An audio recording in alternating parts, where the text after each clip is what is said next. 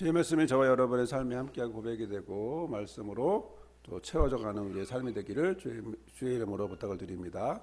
아멘. 도서관에 가서 책을 빌리고 나오는데요, 삑 소리가 나는 거예요. 그래서 깜짝 놀랐어요. 한 번도 그런 적이 없는데, 그래서 뭐지 하고 다시 그대로 나갔다 다시 그대로 뒤로 해갖고 이제 갔더니 책 이름을 말하면서 만시간의 재발견이 뭐 했다고 얘기하는 거예요. 그래서 나 만시간의 재발견을 빌린 적이 없는데 하고서 이제 했는데 어떻게 된 거냐 했더니 생각해 보니까 책을 이제 놓고 하고 난 다음에 그 옆에 있는 거기다 올려놓은 거야. 근데 거기 밑에 그 만시간이 있었던 거야. 그러니까 이거를 들고서 아무 생각 없이 드니까 당연히 밑에 깔려 있는 거죠. 그러니까 당연히 체크가 안 돼 있는 책이 이제 빌리게 된 거예요. 그래서 그래? 그냥 다시 또 이거 안 빌린 거예요? 하기도 웃기잖아요, 거기서. 그래서 그냥 대출해 주세요 했어요. 그래서 가서 집에 와서 뭐 이렇게 좀 앞에 장 이렇게 쭉 읽어봤어요. 앞에 읽어보면서 재밌는 내용이더라고요.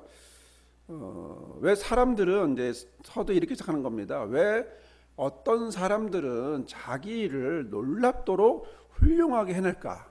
어떤 사람들은 해낼까예요. 모든 사람들이 해내는 건 아니고 어떤 사람들은 해낼까? 그러니까 질문의 의도는 뭐냐면 그런 사람들의 능력은 타고난 거냐 노력이냐 이거예요. 타고난 거냐 노력이냐. 우리는 어디에 이를까요? 우리 어떻게 생각하나요?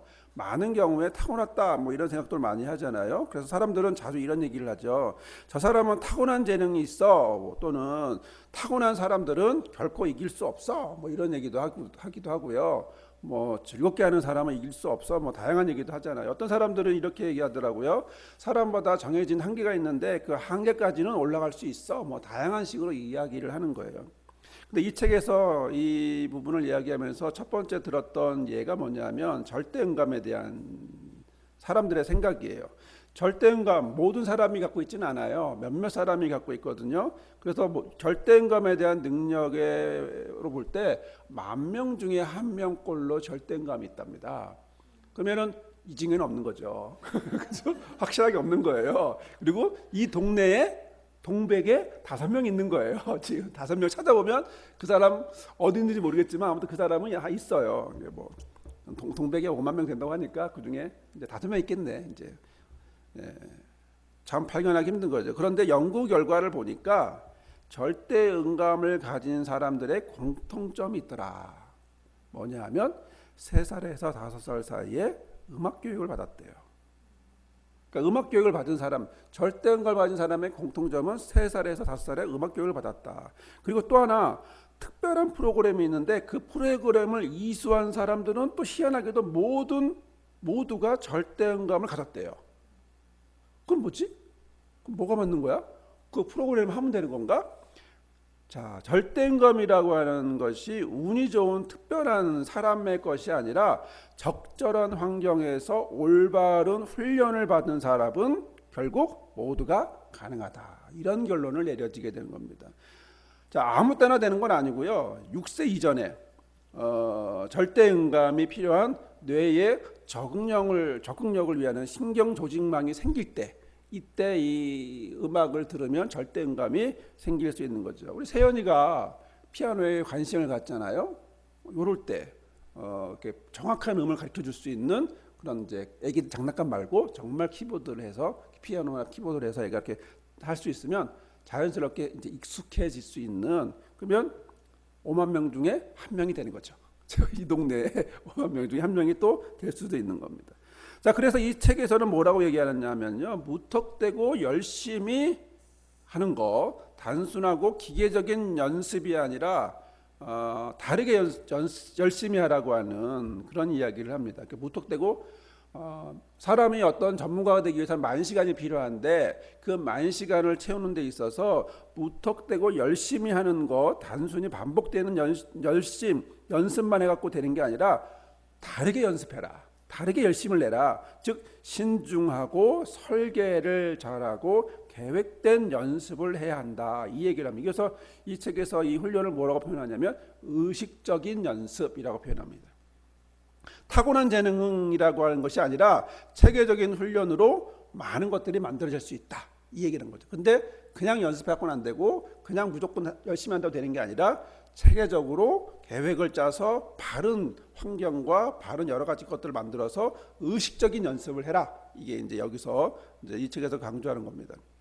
자, 그러고 보니까 우리가 시간을 어떻게 보낼까 한번 생각을 해보게 됩니다. 그냥 시간을 쏟는 노력을 하고 있지는 않을까? 아니면 올바른 방법을 찾아서 집중하고 수정하면서 그래서 의식적인 연습을 우리가 하고 있을까라는 생각을 한번 해보게 됩니다. 자, 그렇게 많은 시간의 의식적인 연습을 하면 우리는 이 책은 우리가 바라는 결과를 얻을 수 있다. 이 얘기를 이제 강조하는 거죠. 자, 사랑하는 여러분, 자, 우리에게도 만 시간이 주어집니다. 자, 그 만 시간의 삶을 저와 여러분은 살고 있어요. 다만 의미 없는 기계적인 반복적인 열심으로의 만 시간을 보낼 거냐, 아니면 구체적이고 확실하고 준비하고 있는 그런 만 시간을 보낼 거냐에 따라서 우리의 지혜로움과 선택에 따라서 결과가 달라진다라고 이제 강조하고 있는 거죠. 사실 이 만 시간이라고 하니까 되게 거창해 보이잖아요. 근데 계산해 봤어요. 하루에 2-3시간 정도 소비를 하면요, 연습을 하면 이 시간을 활용하면 한 10년 정도 걸려요.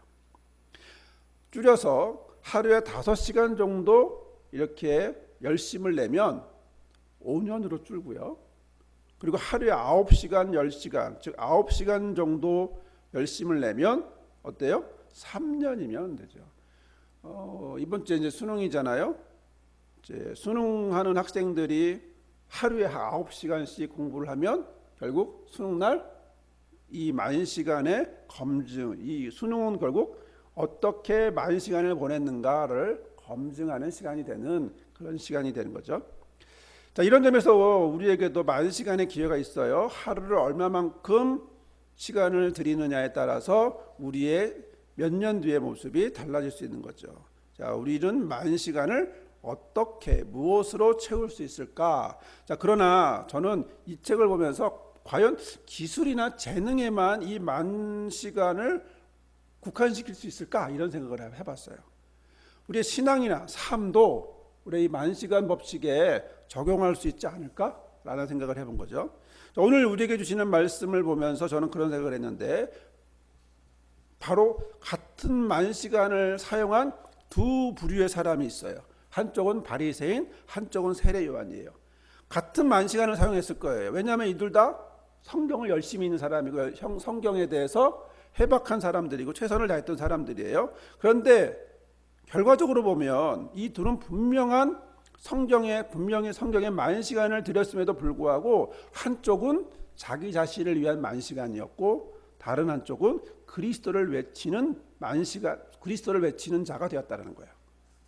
한쪽은 결국 만 시간을 성경을 팠는데 한쪽은 자기 자신을 위한, 한쪽은 그리스도를 외치는 자가. 왜 이렇게 달라졌을까? 무엇이었을까? 저는 이런 연습을, 그렇다면 이런 의식적인 연습을 누가 했을까? 세례 요한은 이런 의식적인 연습을 하지 않았을까? 기존에 해왔던 반복되는 학습 때 이런 바리새인적인 행동이 아니라 세례 요한은 특별한, 그리고 나름대로 성경을 바로 알고 열심히 파는 제대로 된 그런 준비된 의식적인 연습을 세례 요한은 하지 않았을까? 그래서 그가 외친 내용이 성경적이었다는 거죠. 바리새인이 성경적이에요? 아니잖아요. 그들은 평생을 들여요. 평생 하루에 9시간이요? 아니요. 그들은 24시간을 파는 사람이에요. 잠자는 사람 시간 빼고 나머지는 다 성경을 파는 사람들이에요. 그럼에도 불구하고 성경은 바리새인을 성경적이다라고 말하지 않아요. 그런데 30대 정도 되었을 이 세례 요한에 대해서만큼은 뭐라고 얘기하냐면 그가 외치는 내용이 그리스도고 성경의 핵심을 다루고 있다라고 성경은 이야기하고 있다라는 거죠. 우리는 지난주에 우리는 말씀을 통해서 세례 요한이 자기는 소리라고 하는 정체성을 갖고 있는 것을 함께 나눴습니다. 자기는 소리예요. 어떤 소리예요? 그리스도를 예비하는 광야에서 외치는 자의 소리다. 이 얘기를 했습니다. 요한복음 1장 23절에 있는 말씀인데 이것은 이사야 40장에 나와 있는 말씀이기도 합니다. 그 말씀을 인용해서 나는 소리다. 나는 이런 사람이다. 나의 정체성은 나의 갈 길은 이거야 라는 거죠.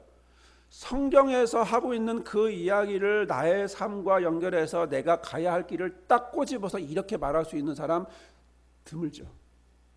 내가 하고 싶은 걸 얘기하지 성경이 하라는 이야기를 내가 하겠다라고 말하는 사람은 그렇게 많지가 않아요. 그런데 세례 요한을 보니까 세례 요한은 그리스도를 증거하고 있고 증거하는 데 있어서 자기의 정체성을 분명히 밝히기 시작했고 또 세례 요한은 당시에 전 유대 지역을 걸쳐서 상당한 반향을 일으키고 있었는데 그러다 보니까 이것을 감지한 사내들인 종교 지도자들이 이 세례 요한의 정체를 파악하기 위해서 요한에게 와서 묻는 겁니다. 너는 누구냐라고 묻는 거죠. 뭐 하는 자냐 이렇게 물어본 거예요.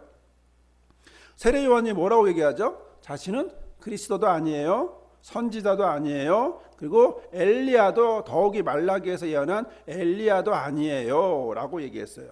그런데 실제로는 엘리야예요. 근데 당시 사람들은요 엘리야가 환생한다고 생각했어요. 그러니까 사람들이 말하는 그런 엘리야 아니에요 라는 거죠.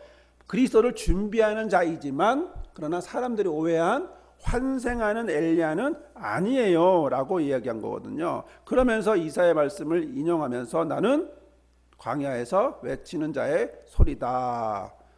자, 이사야 40장 3절의 말씀을 볼까요?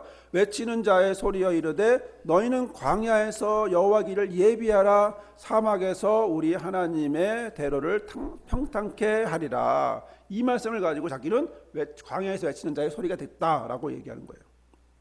자, 그래서 자기는 그리스도의 길을 예비하는 선구자일 뿐이다라고 분명히 밝히고 있는데, 그래서 우리는 지난주의 말씀을 통해서 우리의 삶도 성경에 근거한 삶, 내가 원하는 삶이 아니라 성경이 우리를 인도하는 삶을 내가 그것을 정체성을 갖고 살아가고 있느냐라는 것을 고백하며 기도하자고 했습니다.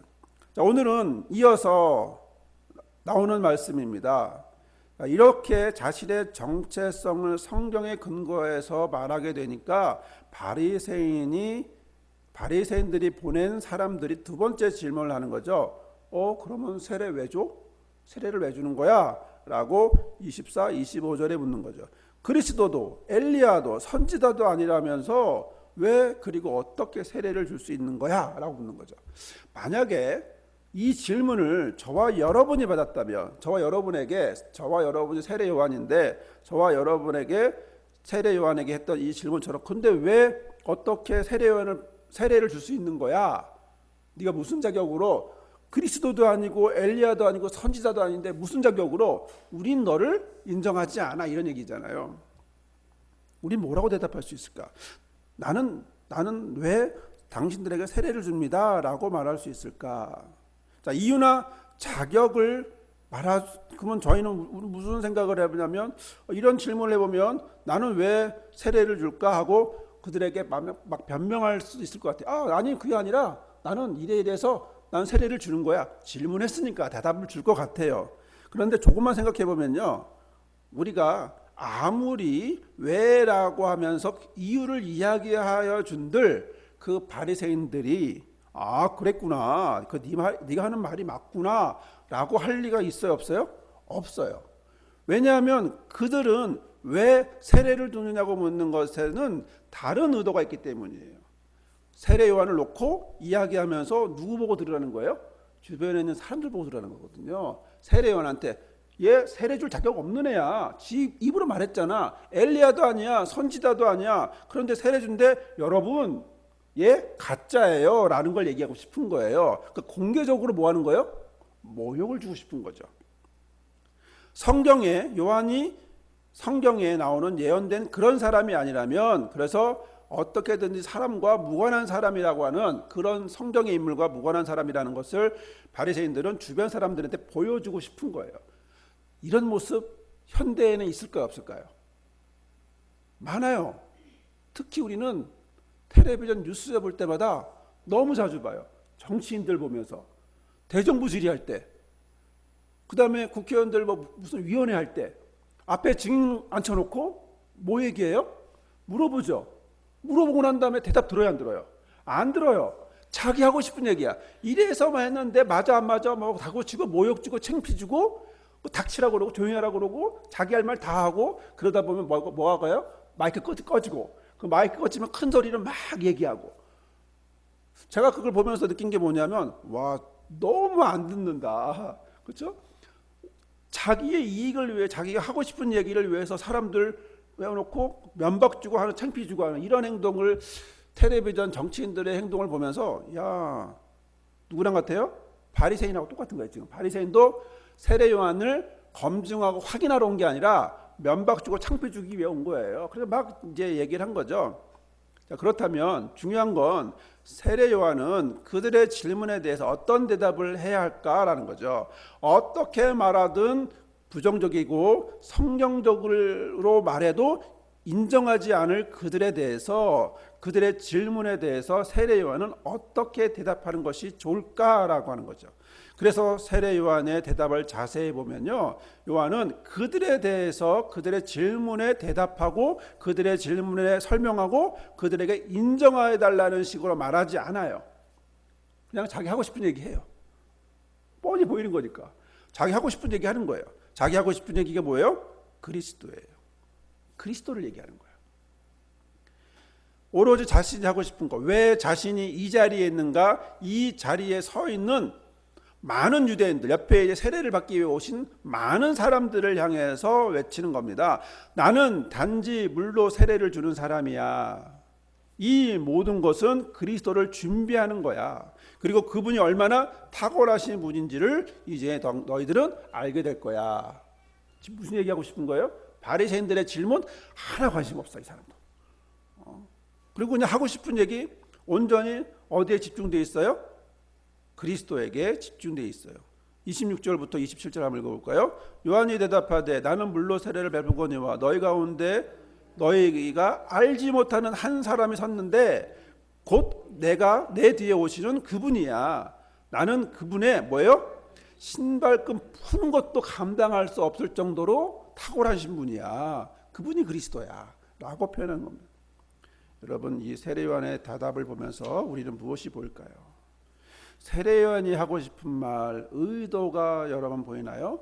왜 세례를 베풀고 있는지를 그 목적이 보이나요? 그의 관심은 오로지 그리스도에게만 있구나. 그리고 우리는 오늘 이 부분에서 보이는 바리새인과 세례 요한의 굉장한 비교를 볼 수가 있습니다. 구체적으로 말하면요, 바리새인의 시작은요, BC 170년경에 마카비 독립전쟁이라고 하는 것부터 시작을 해요. 당시에 로마가 있고 로마로 인해서 헬라화가 강조되고 있을 때 헬라화를 계속 강조하고 문화적으로 정치적으로 헬라화를 강조하니까 유대인들은 어떻게 해요? 신앙을 유지하고 싶은 거예요. 그러다 보니까 전쟁까지 불사하면서 신앙을 유지하려고 했어요. 그리고 그 뒤로도 계속해서 로마와 야합하는 정치 세력이 계속해서 있다 보니까 헤롯이라고 하는 사람이 이제 그 헬라파 사람이에요. 이런 사람들에게 계속해서 있다 보니까 이 바리새인들은요, 처음 시작이 신앙의 순수성을 지키자라고 하는 걸 시작한 거죠. 출발은 어때요? 굉장히 좋은 거예요.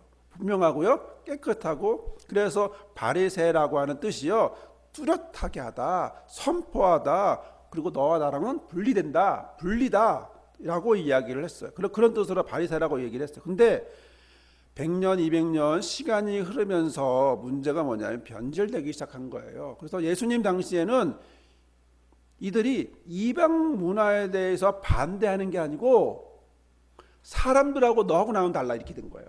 그전에는 헬라 문화에, 이방 문화에 반대를 했는데 지금은 이방 문화, 뭐 예를 들어 로마가 너무 강성하기 때문에 말도 못해. 그러면 누구에게로? 성경 잘 지키지 못하는 백성들한테만 너하고 나하고는 달라. 나는 훌륭해. 너는 별로야. 뭐 이런 식의 것들을 하다 보니까 예수님이 신약에서 자주 질타하는 내용들이 많죠. 율법의 지식은 많지만 메시아에 대한 바른 신앙은 없다. 이렇게 얘기한 거죠. 그래서 마태복음에 예수님이 율법 학자든가 바리새인들에게 이렇게 얘기를 했습니다. 율법학자들하고 바리새인들은 모세의 자리에 앉는 사람들이야. 그들에서 너희들은 그들이 하는 말은 지켜도 돼. 하지만 뭐예요? 행실은 따르지 마. 정말 창피하죠. 만약에 누군가가 나한테 와갖고 야 저에 대해서 야, 엄목사 너는 말은 뻔지를 한데 행동은 영 안 이러면 얼마나 내가 그렇죠? 컷사른 거겠죠. 근데 바리새인들이 지금 그 얘기하고 있는 겁니다. 자, 그들은 말만 하고 실천을 하자. 구체적인 예를 들어볼까? 그러면서 사람들이 무거운 짐을 지고 가는데 어깨에 지웠는데 그 짐을 지어주기는커녕 손가락도 까딱하네. 뭐 이런 거예요. 그들이 행실은 남한테 보이려고 하는데 그래서 옷에다가 막 주렁주렁 긴 옷을 늘어뜨리고 있어. 잔치에는 윗자리 가려고 하고 회당에서는 높은 자리에 앉는 걸 좋아해. 장터에서는 인사받는 거 좋아하고 또 사람들이 자기들을 선생이라고 하는 거 좋아해. 바리새인들 본받을 만한 게 하나도 170년 전에는 좋았는데 그 뒤 예수님 오신 200년 그 사이에 이렇게 변질됐구나. 결국엔 선생이라는 그래서 뭐라고 얘기해요? 야 너희들은 선생이라는 말 들으려고 하지 마. 오히려 선생님은 한 분이야. 예수 그리스도고 하나님이 선생이자. 뭐 이렇게 분명하게 얘기하는 겁니다. 자 여기서 보다시피 요한은 그들과 다르구나. 요한은 바리새인들처럼 높은 모세의 자리에 있으려고 하지도 않아요. 말만 유익한 사람도 아니에요. 옷도 길게 하거나 높은 자리에 앉으려고 하거나 인사받으려고 하지도 않아요. 그 사람은 어디 있어요? 옷도 허름하고요. 먹는 것도 남루하고요. 뭐 그리고 고생하고요. 그다음에 아무도 봐주지 않는데 요단강에서 사람들 향해서 외치는 사람으로 있는 거죠. 겉으로 보면 노숙자처럼 보일 것 같아. 왜냐하면 그렇게 바리새인 같이 그런 모습이 전혀 아니기 때문에. 그럼에도 불구하고 그 입에 나오는 뭐는 뭐예요? 메시지는 하나님을 얘기하고 있다는 것을 알게 됐죠. 사람들은 그 사람들의 요한의 모습을 통해서 요한의 입에서 나오는 이야기와 요한의 모습을 보면서 하나님의 메시지가 그 안에 있구나. 또 자신의 관심은 하나님이 언제 오시는지 또 누구를 필요한지 그리고 그걸 준비하기 위해서 어떻게 해야 되는지 이런 것들을 준비하고 나간 사람이라는 사실을 사람들을 알다 보니까 한 사람씩 두 사람씩 모여서 다 많은 사람들이 세례받으려고 요한에게로 몰려온 겁니다. 세례 요한은요. 너 왜 세례를 주니? 라고 말할 때 그가 하고 싶었던 얘기는 나 이래서 세례를 줘 라고 말하지 않고요. 곧 그가 내 뒤에 오시는 그가 그리스도야. 그러니까 모든 이야기의 핵심, 모든 상황은 모든 관심은 어디에 있어요? 그리스도에게만 있는 거예요. 우리는 여기서 너무나 특별한 세례 요한의 모습을 보게 되죠. 우리는 여기서 세례 요한의 중심이 어디를 향하고 있는지를 보게 되죠. 그리스도에게 향하고 있구나. 그리고 자신의 삶을 어디에 맞췄다? 그리스도에 맞춰서 이야기하고 있구나. 이것은 마치 말씀 초반에 말씀드린 것처럼 만시간의 비밀이 여기에도 드러나고 있다는 사실을 보게 됩니다. 바리새인들은요 하루에 10시간 이상 15시간 20시간씩 성경을 봤을 겁니다. 만시간의 법칙에 놓고 보면 2, 3년이면 만시간이 채워지는 그런 사람들이에요. 하지만 아무도 특히 예수님은 그들을 향해서 본받으라고 말하지 않아요. 다시 말하면 그들의 만시간은 무턱대고 열심히 한 것이었고 반복된 기계적인 열심이었고 위에서 내려오는 그런 열심이었기 때문에 변화되지 않은, 그래서 성경을 연구했음에도 불구하고 가장 성경을 모르는 사람이 돼버린 거죠.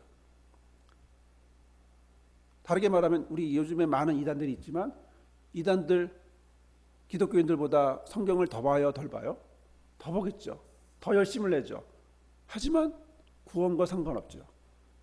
이상한 교주들 따라가고 교주에게 맞춰진 성경 그렇게 해석한 것만 받아들이고 있고, 자 그런 점에서 현재도 이렇게 그런 모습들이 있구나. 또한 기독교적인 삶을 살고 있다 할지라도, 기독교인으로 산다고 할지라도 우리가 이렇게 반복되고 무턱되고 그다음에 기계적인 반복을 하고 있다면 우리도 바리새인과 그렇게 다르지 않을 수도 있겠구나라는 생각을 하게 되죠.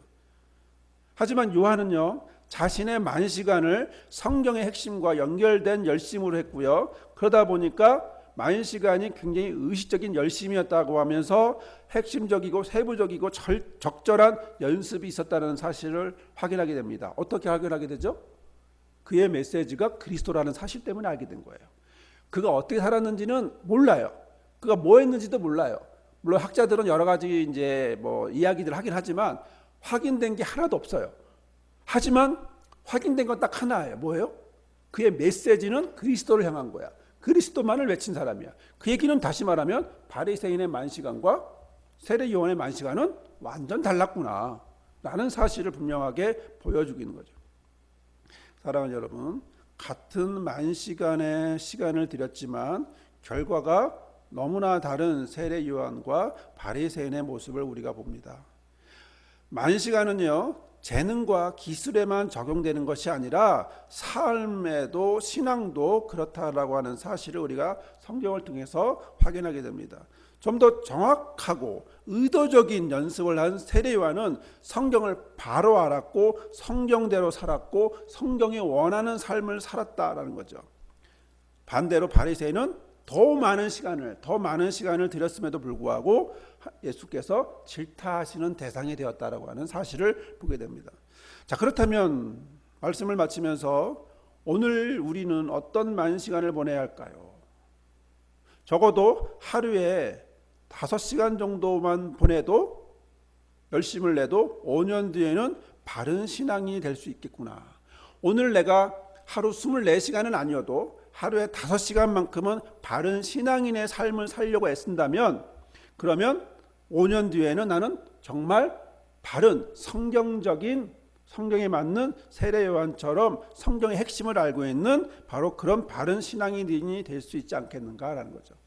자, 그러면 이 5시간을 뭘로 보낼까요? 이제 성경 읽기, 기도하기, 전도하기 이것만을 놓고 얘기하는 게 아니라 어떤 마음으로 5시간을 보내느냐가 문제죠.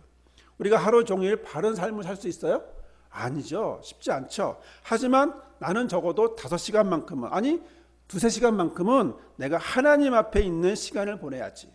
그래서 이 하나님 앞에 있는 시간이 기도하고 묵상하는 시간만을 얘기하고 있는 것이 아니라 하나님 앞에서 내가 자녀들을 향하여 하나님 앞에서 내가 남편을 향해서 하나님 안에서 내 삶의 모습을 더 나아가서 또 학생들은 하나님 안에서 내가 학생의 자리를 학생으로서 준비하고 부모로서 책임을 다하지만 그러나 그것이 그냥 일반적인 학생과 부모로서가 아닌 여기에 의도적인 연습 그리스도인으로서의 역할을 플러스 시킨다면 포함한다면 그리고 그것을 바탕으로 내가 하루의 삶을 최선을 다해서 드려진다면 나는 5년 뒤에 3년 뒤에 길어도 10년 뒤에는 나는 그리스도인으로서 바른 기독교인의 신앙의 모습으로 세례 요한처럼 성경이 인정하는 예수께서 인정하는 하나님이 인정하는 주의 자녀가 될 수 있을 것이다 라는 사실을 우리가 확인하게 됩니다. 이 고백이 저와 여러분에게 충만하시기를 주의 이름으로 부탁을 드립니다. 아멘. 이 시간 함께 기도하겠습니다. 기도하실 때 주여 함께 하시고 우리의 하루하루를 드려지는 시간이 하나님 앞에 하나님 뜻에 맞는 시간 되게 해달라고 이 시간 함께 기도하겠습니다. 고마우신 주님 감사합니다. 오늘 우리에게 주어진 시간이 너무나 많습니다. 하루 24시간 1년 365일 귀한 시간들이 우리에게 주어집니다. 이 시간을 우리가 어떻게 사용하는 것이 옳습니까? 하루에 적어도 몇 시간이라도 하루에 적어도 주 앞에 드려지는 시간 또 엄마로서 아빠로서 학생으로서 자녀로서 또 믿는 자로서 이 모든 시간들이 믿는 자로서 드려지는 시간이 될 수 있도록 그리스도인으로서 드려지는 시간이 될 수 있도록 우리를 이끌어 주시옵소서. 연약하기에 부족하기에 우리의 힘으로 할 수 없지만 그러나 하나님이 도우셔서 채우시는 은혜의 시간이 되기 원하오니 주여 각자의 삶 속에서 아버지 앞에 드려지는 귀한 시간의 삶이 되게 하시고 그래서 그것들이 쌓여서 바른 신앙인의 모습 또한 성숙한 의도적인 연습을 통하여 성숙한 신앙인의 모습으로 채워져가는 은혜의 삶이 되게 역사하여 주옵소서. 주 안에서 우리를 이끌어 줄 줄 믿고 주 안에서 우리와 함께하여 주옵소서. 이 시간 우리의 마음을 들여 예물을 드리게 하시고 주 앞에 예물을 드릴 때에 신령과 진정으로 온전한 마음으로 고백하며 예물을 드리오니 주여 받으시고 주일헌금과 11조 성경금과 건축과 1,000번 예물을 드릴 때에 감사를 예물을 드릴 때에 주여 우리의 마음도 삶도 고백도 함께 받아 주옵소서.